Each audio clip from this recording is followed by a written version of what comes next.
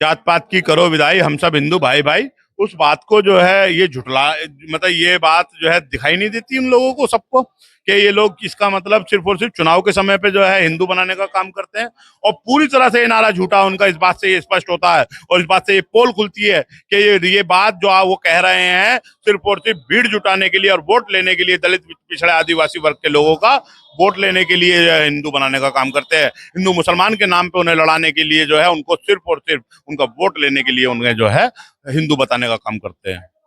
जयवीन साथियों, आप देख रहे हैं बीएम इंटरनेट तो फिलहाल में आगरा की धरती पर मौजूद, जहां पर धानु समाज का एक 8वां स्थापना दिवस मौजूद है, जहां पर सांसद चंद्रशेखर आजादी आने वाले हैं। उनसे पहले हिमांशु बाली जी दिल्ली के प्रदेश अध्यक्ष हमारे साथ मौजूद है, उनसे हम बात करेंगे इस प्रोग्राम को कैसे देख पा रहे हैं। सर, स्वागत है। प्रिया भाई, इस आपका भी प्रो... बहुत बहुत स्वागत है। आज आप जो है बहुजन समाज के लोग जो है, बहुजन समाज के लोगों की आवाज बन के यहाँ पर आए हो। नहीं तो हमारे उच्च वर्ग के लोग हमारा जो है वो कहाँ दिखाते हैं, या मोदी मीडिया और गोदी मीडिया जो है हमारी बात कहाँ दिखाता।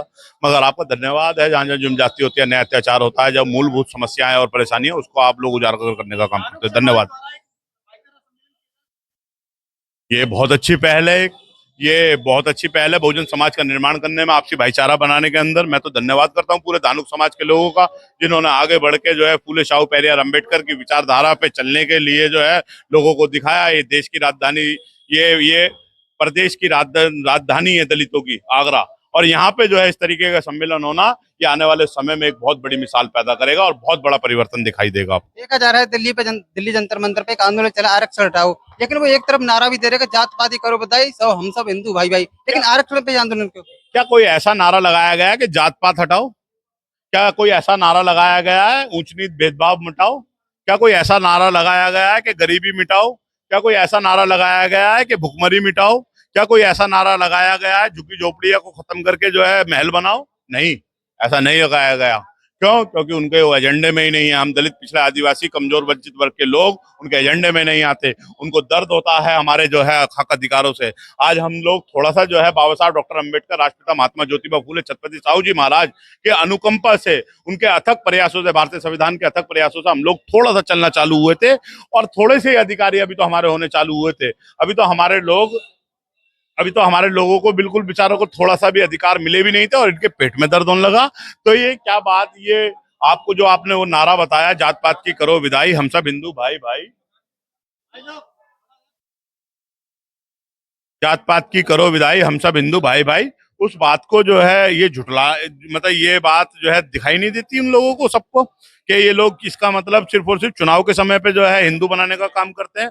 और पूरी तरह से ये नारा झूठा उनका, इस बात से ये स्पष्ट होता है और इस बात से ये पोल खुलती है कि ये बात जो वो कह रहे हैं सिर्फ और सिर्फ भीड़ जुटाने के लिए और वोट लेने के लिए, दलित पिछड़े आदिवासी वर्ग के लोगों का वोट लेने के लिए जो है हिंदू बनाने का काम करते हैं। हिंदू मुसलमान के नाम पे उन्हें लड़ाने के लिए जो है, उनको सिर्फ और सिर्फ उनका वोट लेने के लिए उन्हें जो है हिंदू बताने का काम करते हैं।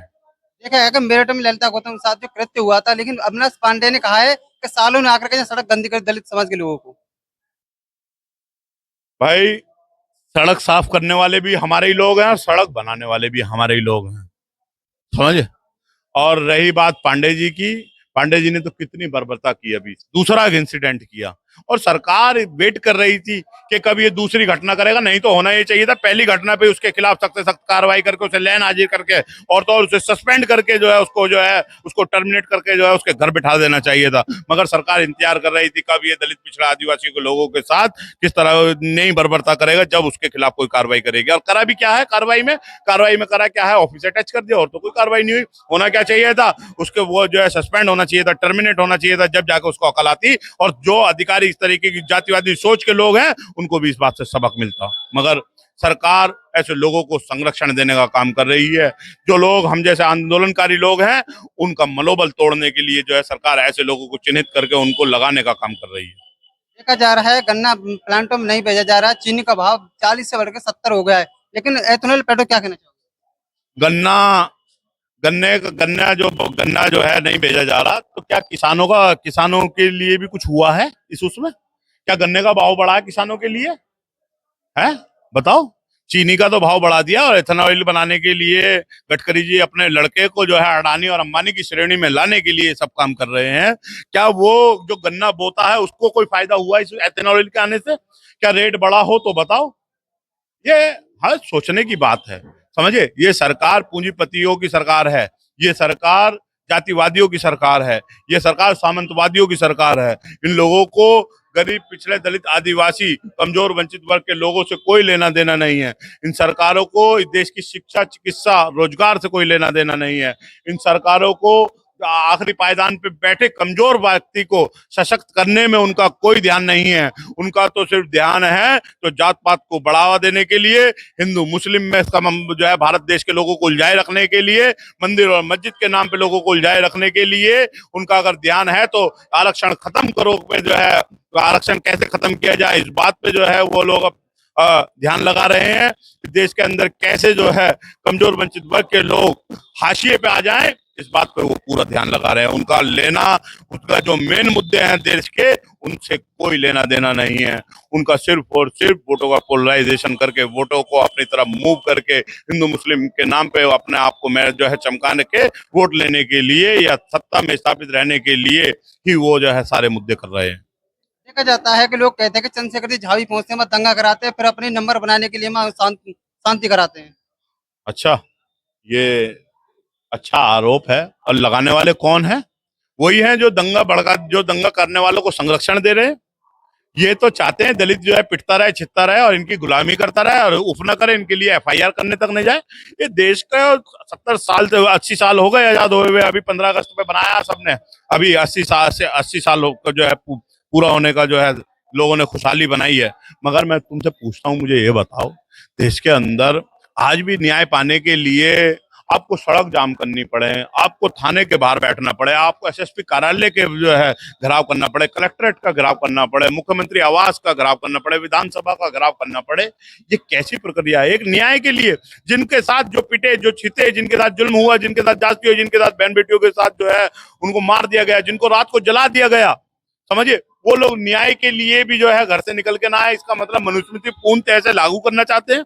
ये हम जैसे लोगों को, जो चंद्रशेखर साहब जैसे लोग हैं, जो उनके सिपाही हैं, उन लोगों को घरों में पैक करना चाहते हैं। और ये दलित समाज के लोग, पिछड़े समाज के लोग, आदिवासी समाज के लोग, मुस्लिम समाज के लोग, सिख, जैन, ईसाई, बौद्ध, तो उनको उनको जो है गुलाम बनाने का जो है एक षड्यंत्र रच रहे हैं, प्रोपगंडा रच रहे हैं। तो भाई, ये देश जब जब कोई अपनी आवाज उठाएगा, शंभुक के खिलाफ भी अगर आवाज वही उठी तो शंभुक का हत्यारा जेल में होता अगर उस समय पे संविधान होता।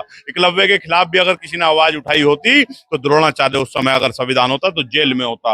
मगर मजबूरी की बात यह है, देश के अंदर संविधान नहीं था, मनुस्मृति का राज था और वो लोग आगे बढ़ते रहे और आगे बढ़ते रहे, राजा बनते गए।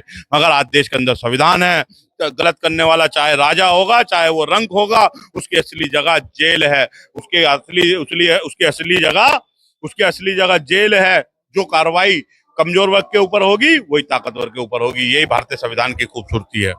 देखा जा रहा है कि भगवान पर कोई दलित समाज के लोग टिप्पणी करते हैं तो उनको तुरंत जेल हो जाती है, पर लेकिन पटना में मोदी जी का मंत्र बनाने के उनको प्रस्ताव पास हो चुका, और लेकिन उनको श्री राम से कंपेयर किया जा रहा है। देखो भाई, मैं तो इतना समझता हूँ इस बात के ऊपर, देश के अंदर सभी को अपनी धार्मिक आजादी है और धार्मिक टिप्पणी से बचना चाहिए हमारे लोगों को।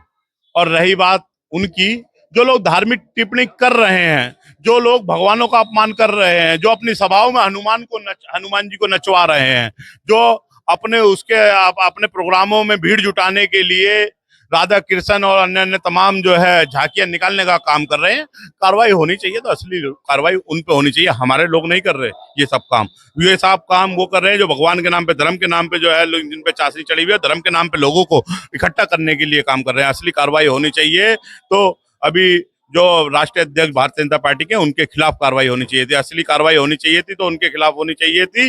जो लोग अपनी भीड़ जुटाने के लिए मंचों पे जो है भारतीय जनता पार्टी के लोग भीड़ इकट्ठा करने के लिए जो है लोगों को जो है धार्मिक आयोजन करवा के और धार्मिक भगवानों को रूप उसको करवा के उनसे डांस करवाने का काम करते हैं, उनसे नृत्य कराने का काम कर रहे हैं। तो दोबारा मैं बताता हूँ कि सब, ये देश के अंदर सबको धार्मिक आजादी है अपनी अपनी, कोई किसको माने कोई किसको माने। तो धार्मिक टिप्पणियों से बचना चाहिए, मगर उनके खिलाफ भी कार्रवाई होनी चाहिए जो दूसरे धर्म के खिलाफ में जाके दूसरों की इबादत गाहों पे जाके वहां पे झंडा लहराने का काम करते हैं, वहाँ पे नारे लगाने का काम करते हैं, प्रोपगंडास के नारे लगाने का काम करते हैं, जो बाबा साहब डॉक्टर अम्बेडकर की मूर्तियां तोड़ने का काम करते हैं, गुरु रविदास जी के जो है मंदिरों को हटाने का काम करा करते हैं, और गुरु वाल्मीकि भगवान को खिलाफ में जो उल्टा सीधा बोलते हैं, तो ऐसे लोगों के खिलाफ कार्रवाई होनी चाहिए। धन्यवाद। बने रहिए तब तक के लिए। अगर हम चंद्रशेखर राज्य की एंट्री होने वाली है, फिलहाल हम अगली खबरें मिलते हैं। जय भीम, जय भारत।